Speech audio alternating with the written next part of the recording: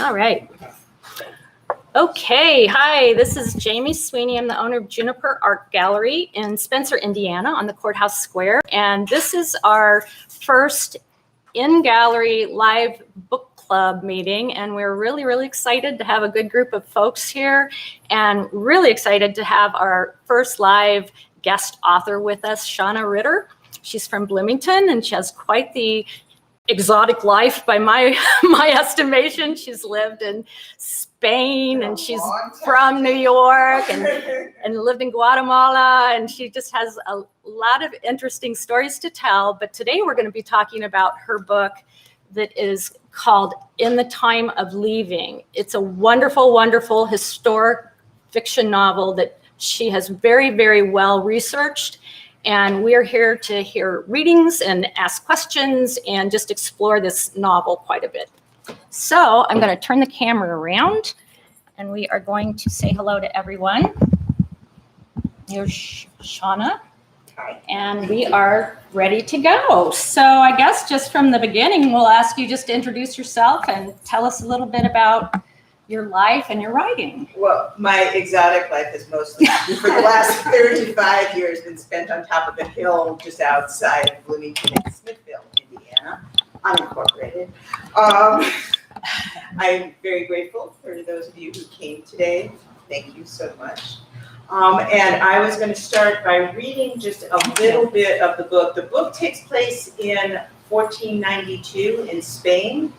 Right at the beginning, we think about 1492 when we usually think about the Reconquista, right? When Ferdinand and Isabella take over Spain.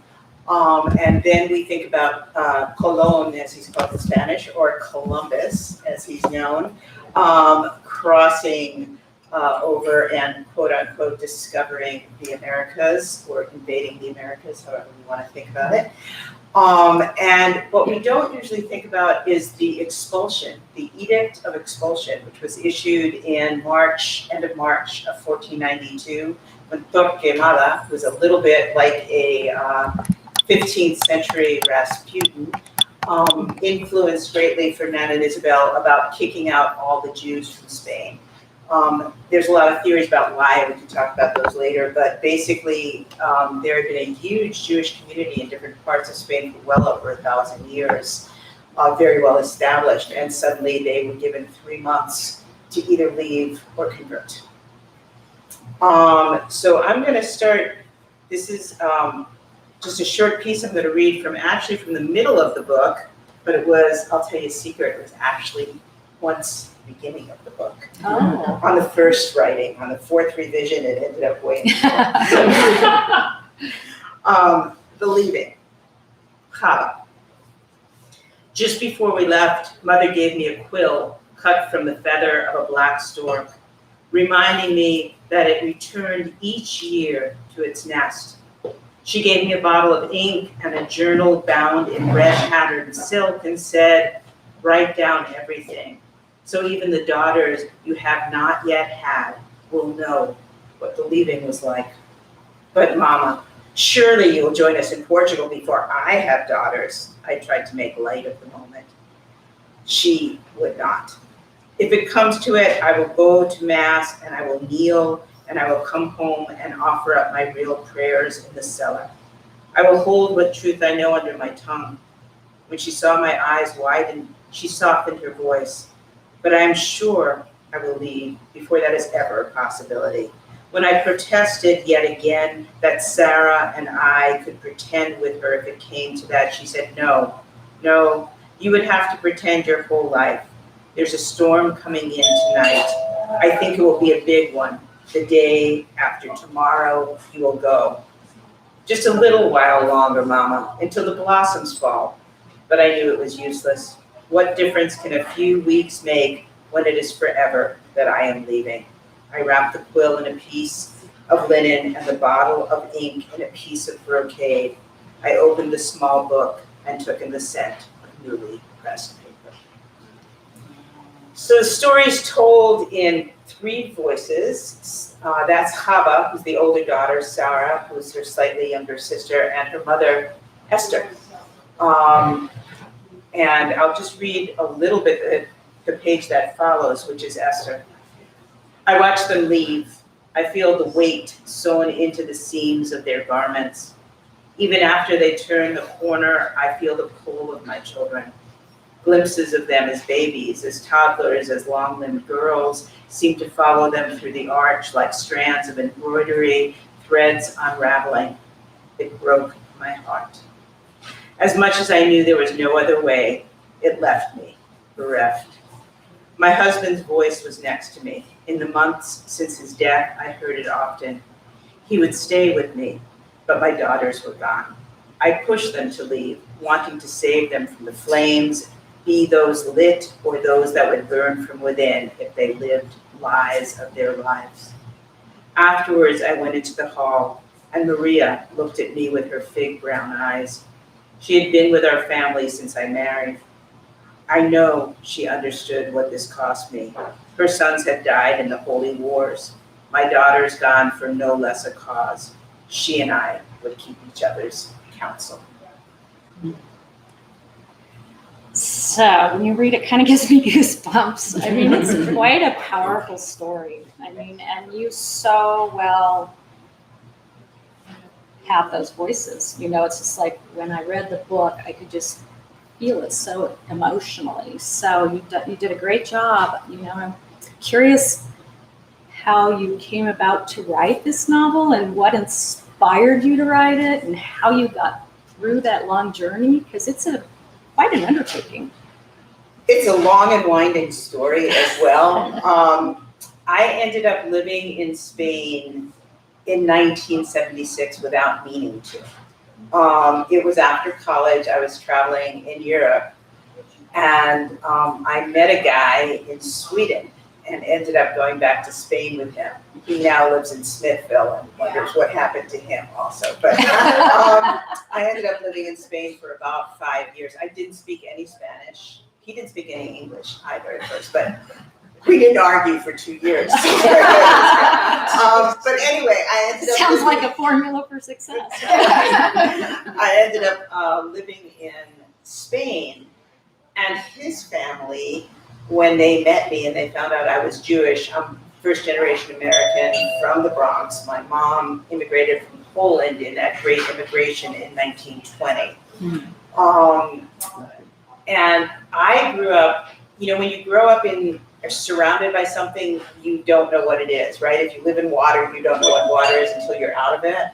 So I never thought very much about being Jewish or not being Jewish. I mean, it just was. And when I went, we weren't very religious, but we were very much culturally completely immersed in that world with our Italian neighbors, our Puerto Rican neighbors, and our Irish neighbors, all immersed in their world, right? We made a mix. Anyway, from New York, I ended up in Spain, and his uncle began to ask me questions about what did Jews believe and how come they're Jews? I thought they were all gone after the Inquisition, and I was like, I don't know very much about that at all. And I became really curious, this is back in the 70s, and started researching about it. I was just talking about you. And started researching about it, and just became more and more curious. And Manolo and I went to Toledo, and I think it was way back in either on a visit back to Spain or just before we left Spain. I know it sounds a little weird, but I heard a voice of a young woman as I was walking in the old Jewish quarter of Toledo. And it was like a whisper of a voice, and I even found what I thought was her house, and just became more and more curious. And every time we go back to Spain, which was every year, once we moved first to San Francisco and then to here in the mid-'80s, we would go back to Toledo very often, and I would love to walk in the old Jewish quarter. And I first wrote it as a series of poems. So first there was a series of poems about this young woman during the time of the Inquisition. And then some years later, it was a series of journal entries. And I thought, what am I ever going to do with these? Because I'm a poet by first language. I'm not a prose writer. Well, I guess I am now, but I didn't think of it.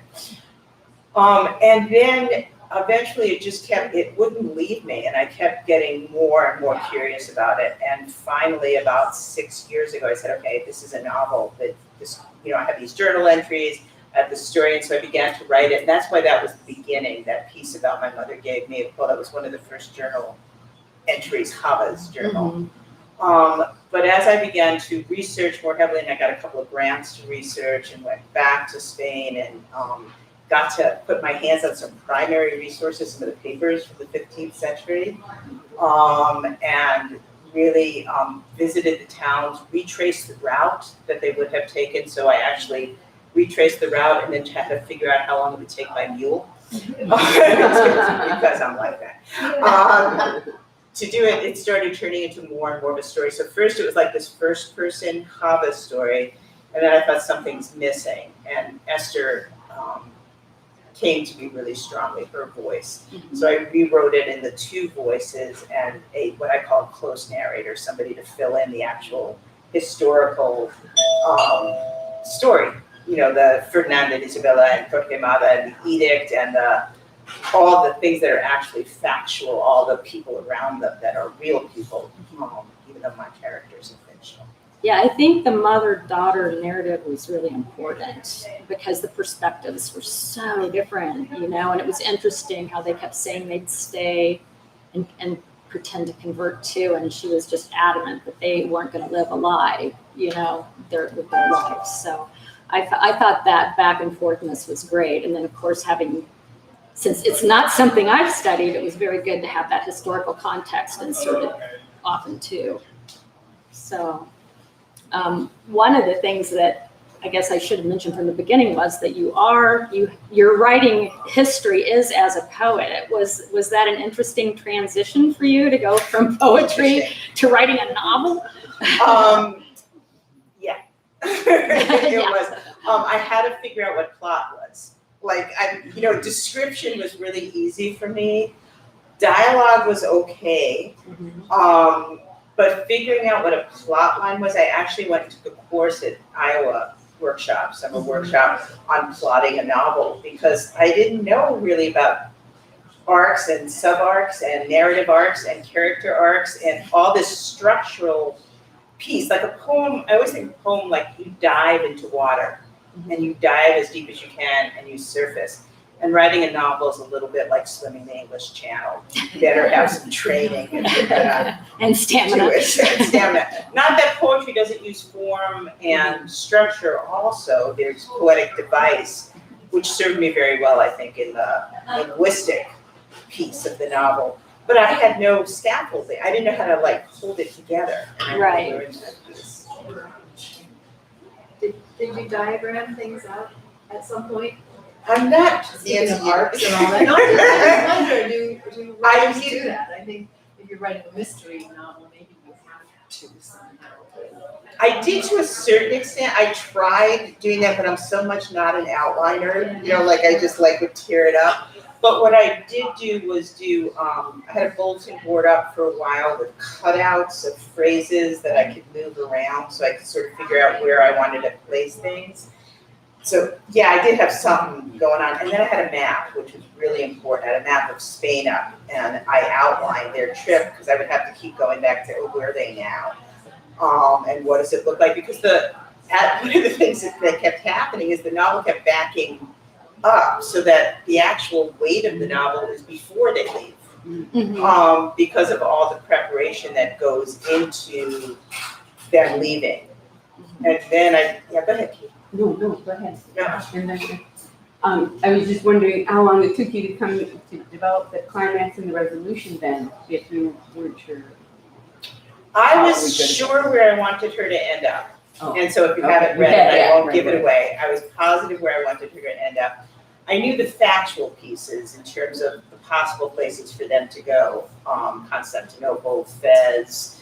I found out, researching this, my mom, I said, was from Poland, that the King of Poland actually opened his doors in 1492 to invite in Jews that were exiled. So my theory is that one of those relatives was tracing that.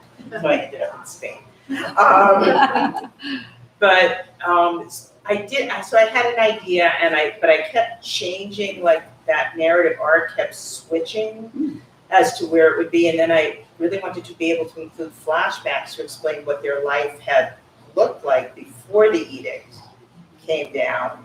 And then I had a very important discovery that I had to knock off the father really quickly. Yeah, I noticed that to get the female voice in there, you almost had to. That's exactly it, Jamie. I discovered why Disney always kills off the parents. I never understood. I was always like, why are the parents in it? Disney?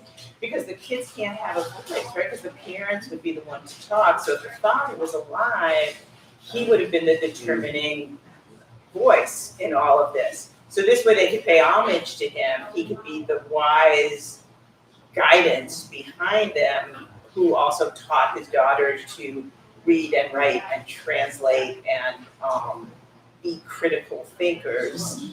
But I needed to get rid of him, otherwise he would have been the dominant figure in that time and place. No mansplaining. Sorry. I mean, I didn't have him go fast. That was a complete, and I'm not giving away anything because it happens in the second chapter, I think, or the first chapter. I mean, it's like really quick. I went like, oh, and that was a realization as I was writing. So I didn't know that was going to happen. Authors discover as they go. Yeah. And you do sort of, I mean, I would laugh at people who said things like this, but the characters really kept me company. I mean, they you know, we all hear voices, right? We all see things about what's going on. Sure we do.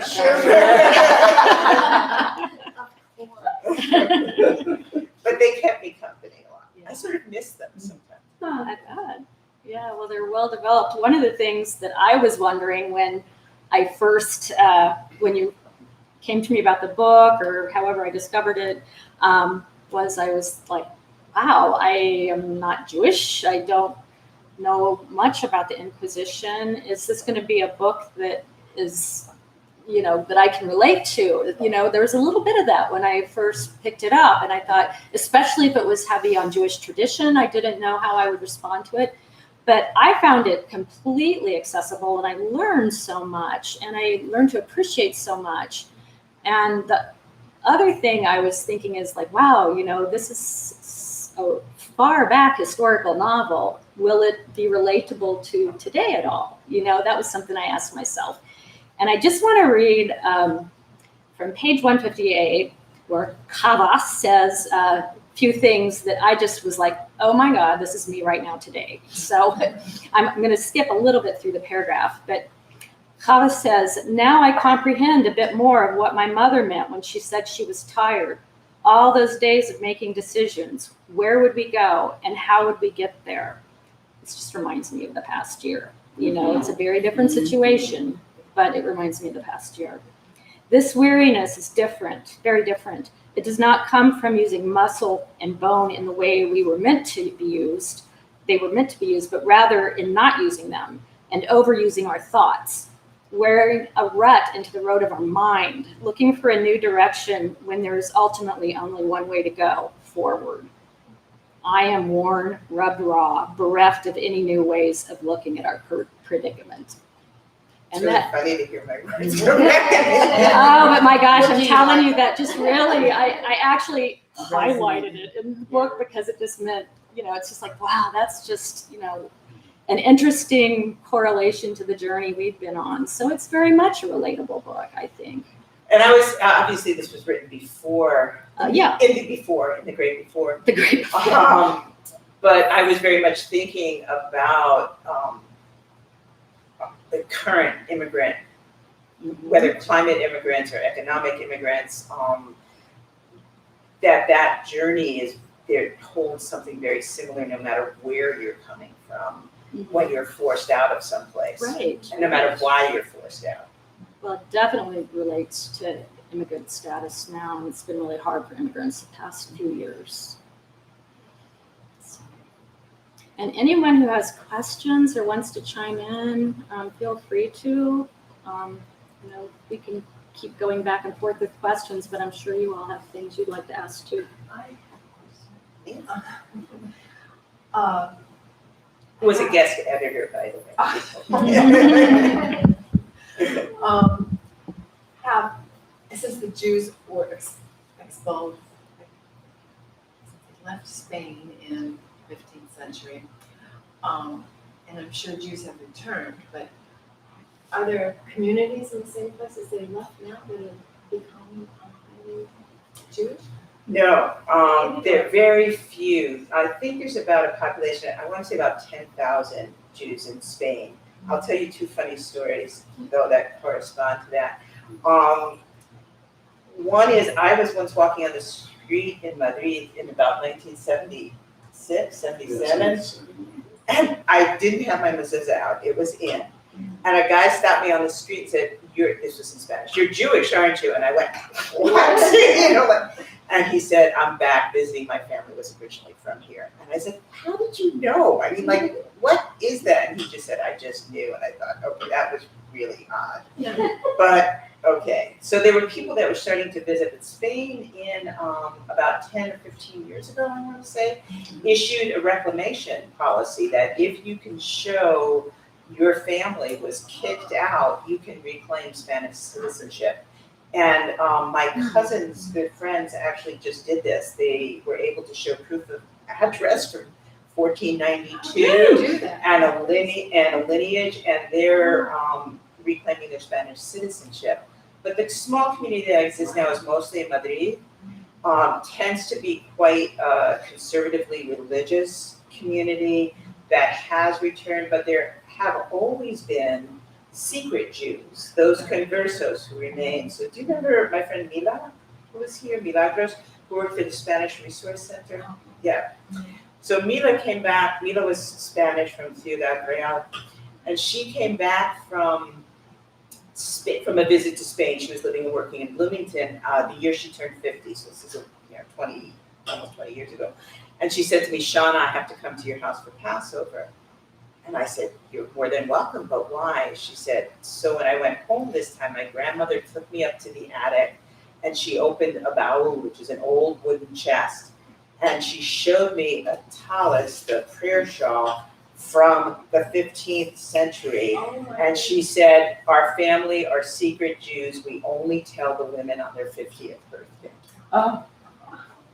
Of this heritage. Because it was illegal. I mean, up until the 80s. I think it was illegal to be Jewish. I mean, like, really for a long time. Until when? After Franco died.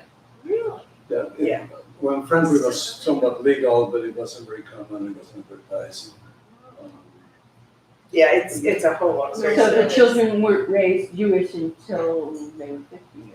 They were just told, they weren't, I mean, by then almost everything had been lost, except there's still villages in Spain, like in New Mexico, where there's candles lit on Friday nights, like as in the Jewish tradition of Shabbat. And people don't know why they light the candles on Friday nights. They just do it out of tradition, but they wouldn't attach it necessarily. So there's these, and those descendants in New Mexico were descendants who had come through. One of the first Jewish settlements in the New World was in Brazil. And they had come, and Curacao, I think, the first Jewish temple. First Jews in New York was 1650, I think.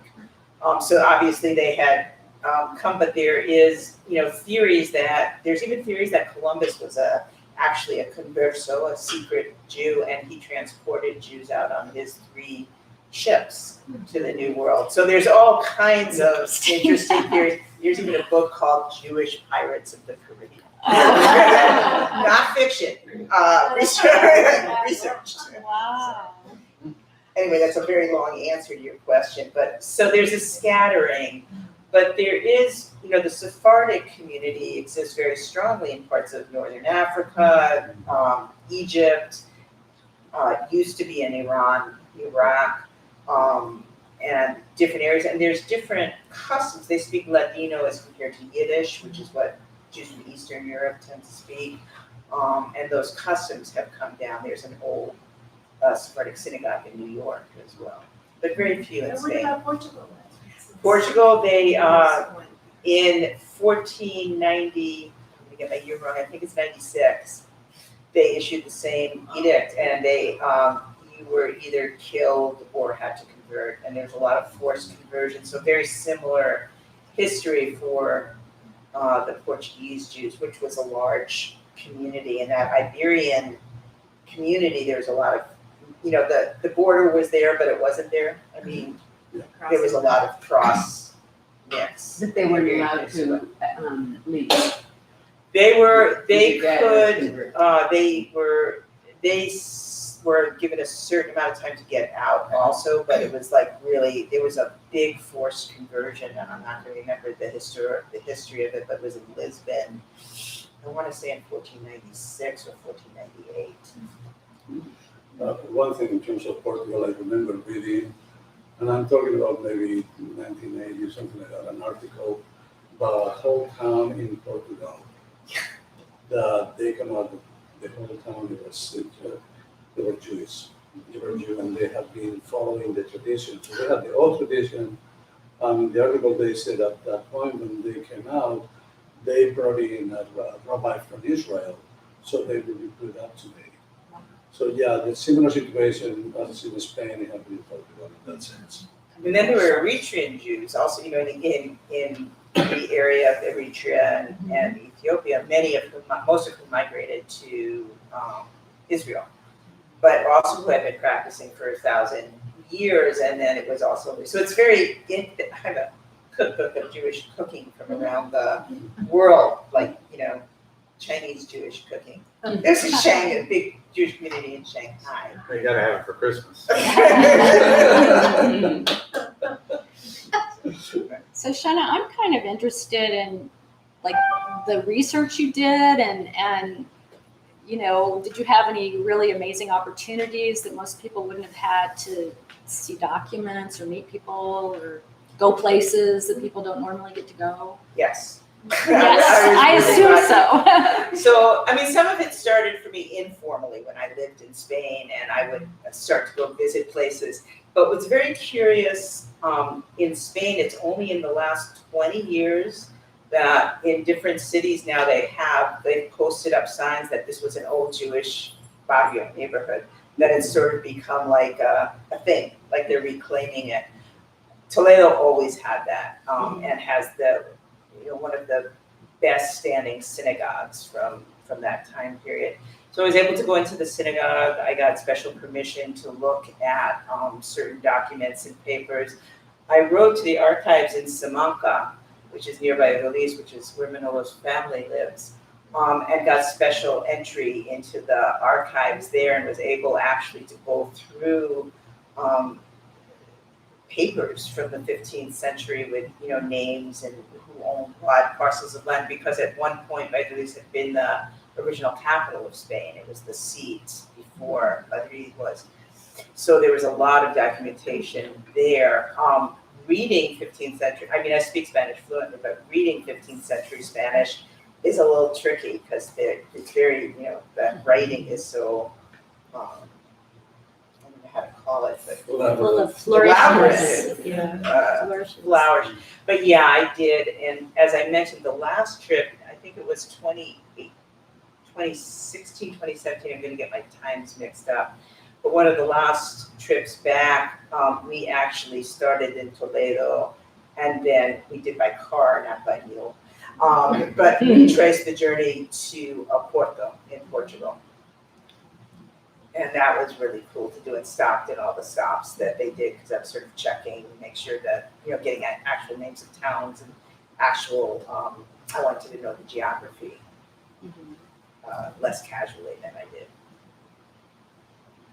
I love that, because when I read a book and they mention places, I always go right to Google Maps and look it up. So if you're like that, it would be a great book to follow. That's a great, that should give me coordinates. I mean, that's their name word. I think I ended up not, I was going to, and it didn't print up well, and I should have, you're right, I didn't add it. Anybody else have any questions?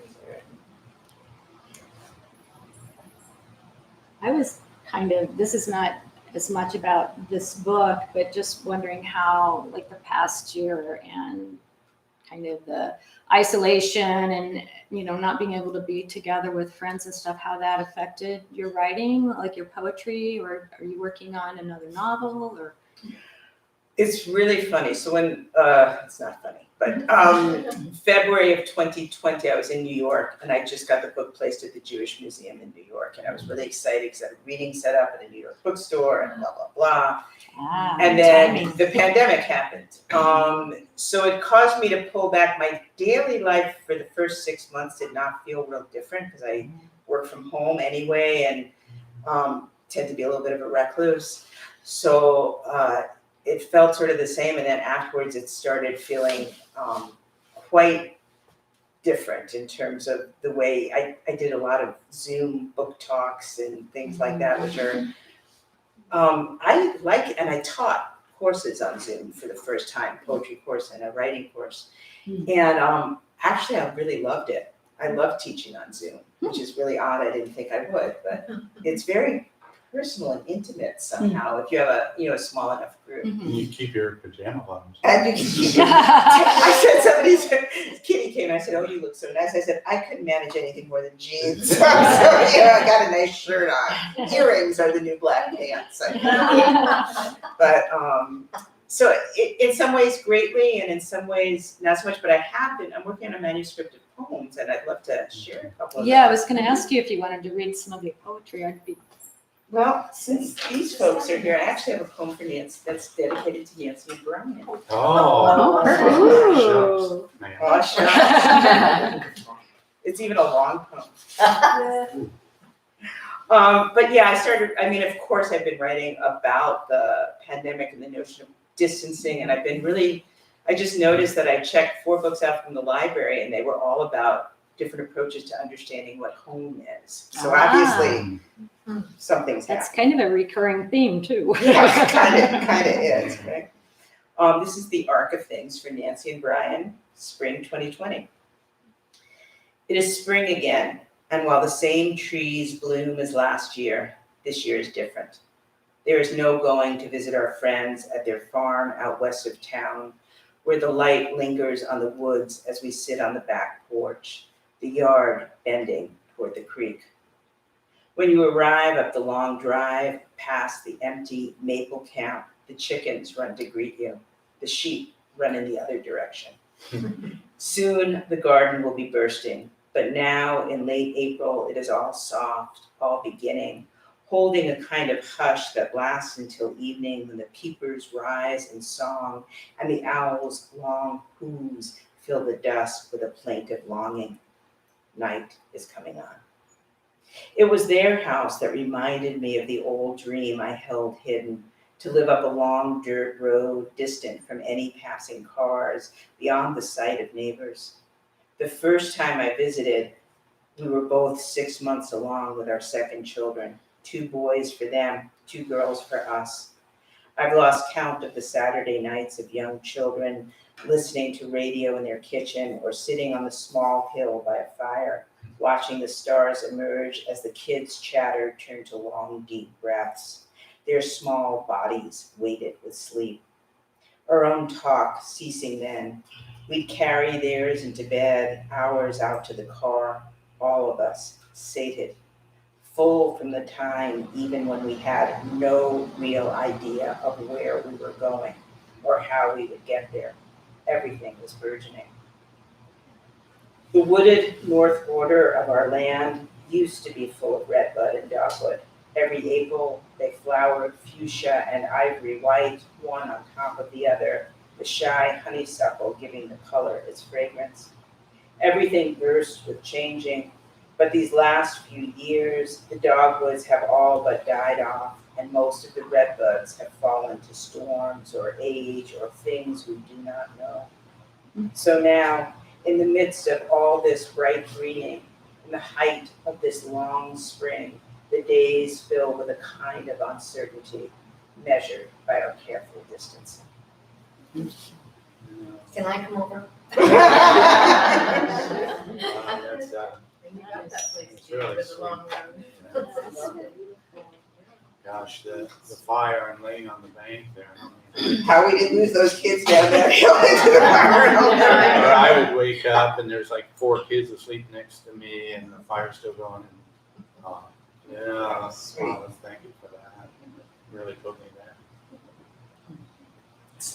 Also, I can really see how being a poet helps being a novelist because your prose is very poetic and you are very descriptive, and it just, to me, it was part of what just kept me really intrigued was your great descriptions. Thank you. It's the plot that I always have a little problem with in my own life as well. Following that plot line is always a little tricky. When you were writing about the girls and the sisters, in my mind, when I was reading them, they were confused with your daughters. They actually And I were. wondered if that didn't happen to you. You'd think, because I have 2 daughters who are 3 years apart. These girls were a little closer in age. They didn't. I don't know where Hava was just such a strong voice for me. Sarah's, I think she exists hopefully as a 3-dimensional character, but she was definitely like the sort of quieter, no less stubborn, but quieter one. But no, I didn't think about you'd think I would, but I didn't think about my daughters at all, and I certainly never thought about my mother in there. Esther was not your mother. Esther was not my mother, no. No similarities at all. It's funny, but no. So what preceded you living in Spain? Or how did you wind up in Spain? You said something accidental? Yeah, him. It's a guy that walked in late. Yes, I was. It was a summer fling. We 45 years later. I was actually, my aunt and uncle, my aunt by marriage was originally from Scotland. My aunt and uncle, when they retired, her dream was to return to Europe, and they moved to southern Portugal around 1970. And their gift to me when I graduated college was a ticket to come and see them. It being the 70s, I first flew to Amsterdam. And I was going to go see them eventually, but thought I'd go north first. I met somebody, and we ended up hitchhiking up to Sweden. It's a long, involved story. I won't go into everything, but we met in Stockholm. And no, there was no other guy. We met in Stockholm, and then I went off to Finland, met up again in Stockholm. He went off to Norway, met up again in Copenhagen, sort of half coincidentally, half planned. And remember, this is the 70s. There's sort of there's no playbook here. And then I thought, I'll hitchhike with him to Spain and go to Portugal. Only I ended up living in Spain. I got a job teaching. I did make it to Portugal and visit my aunt and uncle, who thought I was staying for 6 months, and I stayed for 10 days. I was sort of still chagrined about it. But we did go visit them often. And it was the 70s. It was the 70s. I know I used to. They were sort of. But I ended up getting a job teaching in Spain, and I actually was a teacher. Madrid. And then ended up In Madrid. in Madrid, in an international school. I loved that. And then we traveled in Europe for a few years, and then ended up living in the south of Spain for a while, and then back in the north of Spain for a while. So it was sort of one of those cross things. It was accidental. I really did not have an intention of living in Spain, but And how'd you end up in Bloomington, Indiana? that was his fault. You would have stayed in Spain.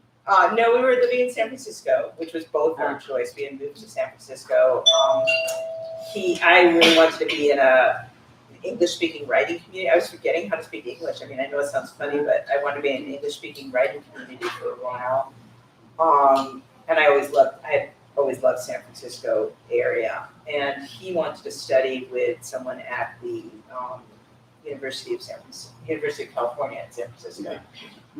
So we went there we were there about 5 5, 6 years, and then he decided to do a doctorate, and that's how he came to Bloomington. Like so many. Like so many. Never And never finished the doctorate, never left Bloomington. When you talk about traveling and then winding up in Spain, I was intrigued because I went to Europe in '71. I was there for 5 months traveling around. And recently I watched I believe it was on Netflix. It was either on Netflix or Prime, but there was a series called The Serpent. Did you see that by any chance? What was intriguing about it, when they were first pushing the series, I was like, I don't want to watch that. There was something kind of creepy about it. But I was in a mode where I was watching a lot of crime dramas at the time, kind of This year has been very entertained odd by for all of dark us. side, I guess. And so I watched this series, and I would be curious to know if it had the same impact on you, but you haven't watched it, so I won't know. Does it take place in Spain, or I'm sorry. it takes place in Spain? No, but it actually takes place in Thailand, but what was relatable about it to me was because when I went over, I was hitchhiking around. As a matter of fact, I hitchhiked from, I think it was Valencia or Alicante down to the tip of Spain. Kind of. I can't believe I did that now when I think back on it, like, what were you thinking, you know?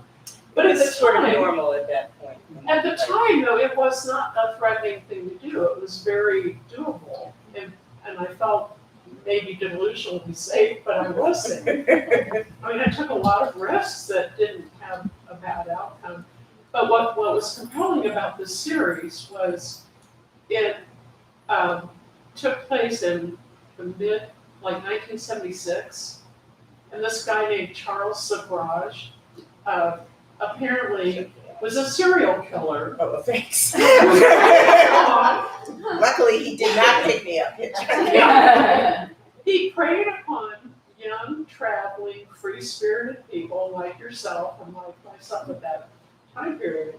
He had a lot of animosity for people who had come from a family where they had enough wealth that they were able to go on a journey to find themselves in India or Asia. And so he would befriend these people by pretending that he was a gem merchant, and he would poison them. But what was really curious about this, Let's ready You can watch it. what was really intriguing about the series, though, even though, I mean, it's layers of awfulness, whoever put this together managed to capture so well the spirit that is something that you can't package it, you can't put it in a bottle. There's a spirit that goes with that adventurous need to travel and experience new things. Like when you talk about going to Sweden or going to Spain or going here, going there, and shifting course and doing different things, you see these young people in this series demonstrating that hippie free spirit. What's interesting, I'm going to draw an interesting parallel to the book about something that Jaime says at one point. And just that it was specific to that time, but I know there's been other times when that happened as well. And I'll venture that even back in 1492, there were folks who had that same kind of attitude. She talks about that there's this, she knows she shouldn't feel it, but she feels a thrill about the notion of leaving everything she's known behind. And she feels like I can't remember the exact passage or exactly what she says, but she says, I know I shouldn't feel this way, but I'm so excited to go out into the world because I would never be able to do that under other circumstances, especially as a girl, right, at that time period. To go out into the world and see what there is out there and discover what's new. So, it's sort of interesting that even enters in, and it enters in a few times. I won't give away things for those of you who haven't read it, but there's a few places where there could, a safer road could be taken. And the more riskier road is the one that's chosen in the spirit of discovering and curiosity. And that, the book is not religious at all, even though it's a lot, it premises on it, but it is about the notion of faith and curiosity and resilience. And when you're faced with exile, you can either be downtrodden by that exile, or as almost every immigrant story that I know from almost everywhere that I've heard it, you take that energy and you pour it into creating something new, if not for you, then for those who are to come after you. And I think that's a common thread that comes through in that sense.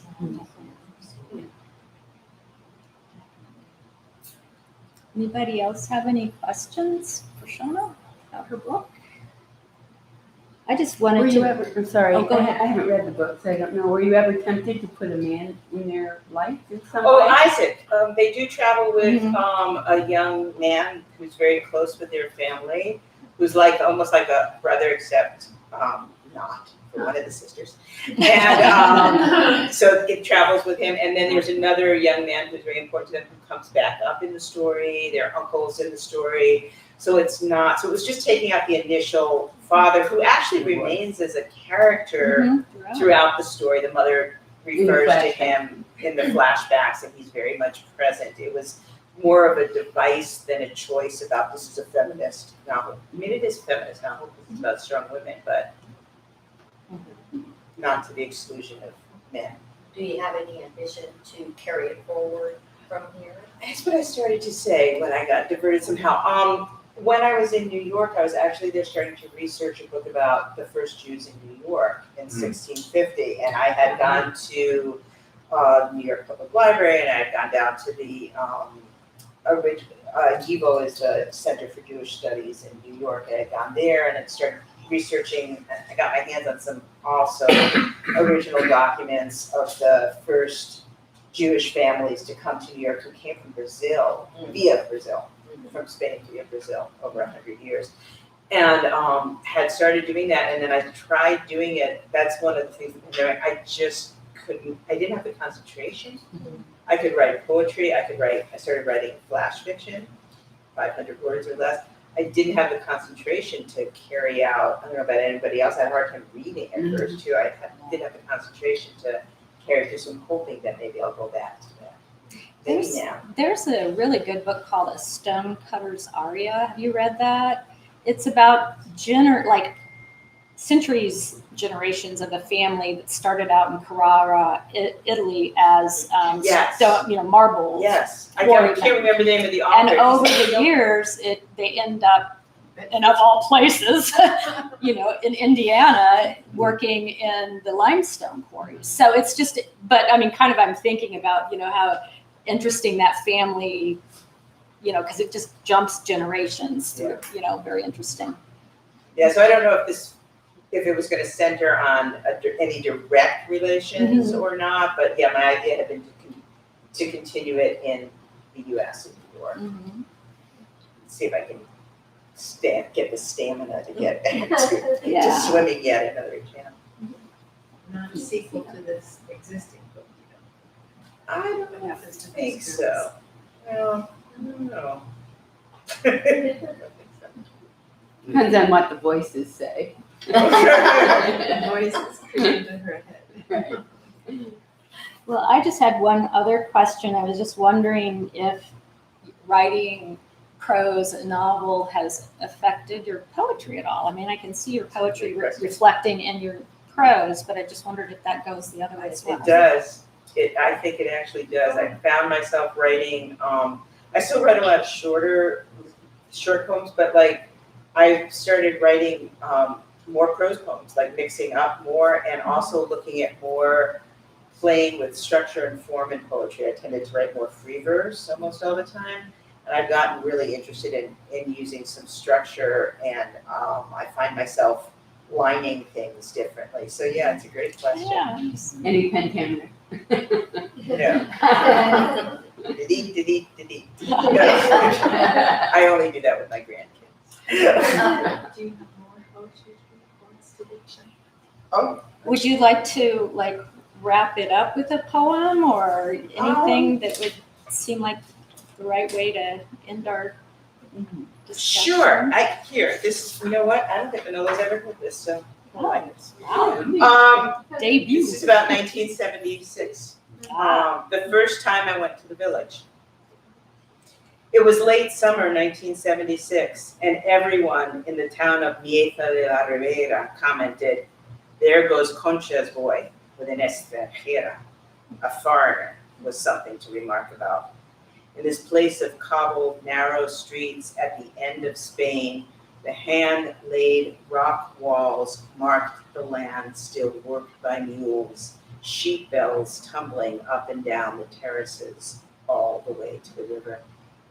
Afternoons, after dinner was put away, the women took their low-legged chairs out by the doorways into the shade of the narrow stone ways between the stone houses and sat tatting the thin cotton thread, making doilies or squares that would add up to tablecloths or bedspreads. They chatted up and down the street, their hands moving quick as the swallows that would come out in the evening. Men's voices rose from the plaza over cards and sips of coffee or slaps of dominoes against the outside tables. Little ones' whispers came through the windows where they were supposed to be taking siestas. The rest of us, young enough to be restless even in the still heat, found our own nooks of shade hidden from the wide, unrelenting sky. Thanks. So Mieja de la Ribera is the town that Manila's family is originally from, which is a village of about 400 at the edge of Spain, looking onto Portugal. And it's where I first saw a black stork, because the storks nested in the church of that village, as they did in many places of Spain and come back from Africa every year. I have this one going on. Could I ask you something apart from the group when you're done? Because I'm kind of trying to write a book of my own and answer some other questions. I won't really pretend to be the book. Happy to either way, either now or. I've got a poet and a novelist here to speak with, so yeah. Oh, and So, there's a word for the handwriting I just want to throw in there. Calligraphy. Yeah. Is it kind of like that? It's all Kinda. pretty and flowery like that. yeah, Yeah. flourishes, Art, you know, handwriting. like you see that on even the US Yeah, mine Constitution. And they use F instead of TH, and there's Yeah. different substitutions of letters. And it's quill, and everyone has. Right. It's quill. Different annotations. But yeah, and Spanish. so on. It was Spanish that it was in? Yeah. Did they speak Latin very much? They use Latin in official documents, so sometimes there, some of the official documentation might be in Latin, but they tended to use Castellano specifically. Castellano is what we usually refer to as Spanish, but in Spain there's actually 5 languages, so. Wow. Is your handwriting anything like that? Pretty. My handwriting is unreadable. I can't read my Mine's handwriting. clear, but it's not really pretty. I write something and then I go, what the hell? Many of this. Well, thank Well, you thank all you. so much. Yeah, I want to thank Shana Ritter for being with us today and for writing this amazing book, and for all of you guys for coming out, you know, for braving the thunderstorm predictions we had. Thanks for coming to Spencer. I hope you come more often. And we do have this book club on the second Thursday every month, and it's from 2 to 3. And we're just going to be featuring local authors. So hopefully maybe you'll come back again, and feel free to look around the Yeah, gallery do before look you around. take off. This is a gorgeous And gallery. Shana does have books if you would like to purchase one if you don't have one. What is your Okay, next book? thank you so much. The next book club is going to be Greta Lind. She's got Oh, a you book do? called Great. Split Open that Great. we're going to be talking to Greta Lind. Great. Okay. Thank you. Thank you. Let me just in that note, you're good. I'm just ending my stream. Okay, so